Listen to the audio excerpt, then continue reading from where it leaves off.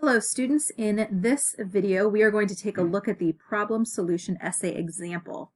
Before you begin writing your own problem solution essay, it's always good to look at an example. So here is the 4-paragraph essay, and you will see there's a little notation here that connects with the comments on the side. So this first paragraph is going to give us an introduction. Your goal is to get your reader's attention right at the beginning of the paragraph. Make them want to read it. And then the last sentence of the paragraph is where you are going to state your problem. So as you made your outline, you said what the problem was, and this is where you're going to say what the problem is. Now you're going to go into more details here in the second paragraph. You're going to tell us about the causes. What causes this problem? And more importantly, why is it important? Why should people care, and what evidence do you have to support your argument, to support your claim? Now the third paragraph are going to be the effects that you put into your outline. So what happens because of this problem, and why does it matter? Why should people care? And then your last paragraph, the fourth one, is going to be your solution. So how do you think we can fix this problem? And then to make your argument even stronger, you're going to state what someone else might argue, like the opposite opinion, and then you're going to show them that you're right and they are wrong, okay? So you're going to have to do something to show that you're right and they're wrong. Oh, sorry, that was the fourth paragraph. And then the fifth paragraph is your conclusion, where you wrap up your essay and you just want to finish strong. This is not a place for weakness to say, well, I think we should do this, or maybe we could do that. No, be strong, okay? So let's take a look from the beginning. It's Friday night at 7 p.m., and the boys' varsity basketball game is about to begin. The band is playing, parents are cheering, and everyone is excited. Everyone, that is, except for half the student body. They didn't have the money to come. They're at home tonight, missing out on the fun. If we truly want everyone to feel like they belong, the school should not make students pay to go to school events. So you'll see, I kind of tried to hook you in here by giving you a scenario that everybody's at the game. It's really exciting, except half of the students aren't there because it costs too much money. And my statement, my problem statement, is that if we really want everyone to feel like they're a part of the school, then we shouldn't make students pay for games. Students should be able to go to the games without paying. In a recent poll taken in ELL class, 80% of the students said they would go to a game if it were free. Many parents work hard to pay for necessities like rent, food, and clothing for their kids. They do their best to buy extra things too, like phones or cool shoes. If their son or daughter wanted to go to a basketball game, it will cost $5. That might not seem like much, but if their student goes to just one game per week, that's $20 per month. If a person is working for minimum wage, $7.25 per hour, a parent would have to work almost 3 extra hours to send their child to school events every month. So you can see here what I tried to do was add some evidence to show why this is important. Now, this isn't something that I'm going to find in the news, right? That school events should be free for students. And so I took a poll in my class.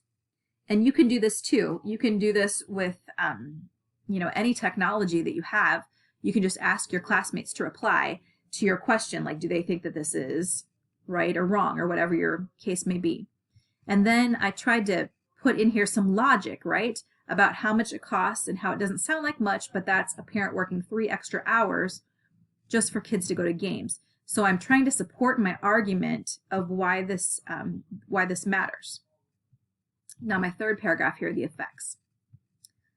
While not every student wants to go see athletic events, some students are very sad to miss out on the fun. Sitting with the student body, wearing the same colors as the other students, and yelling along with the same cheers creates a sense of belonging. Students who don't have money to go to games don't feel included. This makes them feel sad and more likely to feel less connected to the school. If students feel less connected to the school, they might care less about coming. If they start having attendance issues, their grades are more likely to go down. So here, in trying to show the effects I'm trying to show that if students aren't connected to the school, if they don't feel included, then they might start skipping school or not, waking up on time, not going to classes. And if they do that, then their grades are going to go down. So I'm trying to show that this is a bigger issue than just like having fun. Next, I want to give my solution paragraph. An easy way to create a greater sense of belonging among the students at our school is to allow students to go to games for free. Some people might argue that students won't behave in a good way if they didn't pay to come into the gym, but students will be happy to be there and won't want to cause trouble if they are feeling included. A similar idea is to give each student a punch card at the beginning of the school year that is good for 10 school events. Students could choose to go to athletic events, school plays, concerts, or dances. So here in my solutions paragraph, I've stated a couple of ways I think we could maybe fix this by letting kids come for free or by giving them some sort of card that gets them into a certain number of events. You'll see here that I also included the counter argument. What would somebody say? So if I presented this idea to the principal might say, well, if we let kids in for free, then they might act up and be bad and do bad things. But I knocked down that argument by saying if people feel included, they're not going to cause trouble, right? So I took that argument and then I said why they're wrong. So by putting in the opposite argument that somebody might argue against you and then telling them why that is not correct, that's going to make your argument stronger. All right, now to the final paragraph, my conclusion. According to a study by the journal Education Week, a student's sense of belonging at school is directly related to their academic achievement. If we want students to do well at school, they need to feel like they belong there. A big part of feeling like they belong is being included in school events. We need to break down the barriers between students who can afford to be part of the crowd and those who cannot. Students should be able to attend school events no matter how rich or poor they are.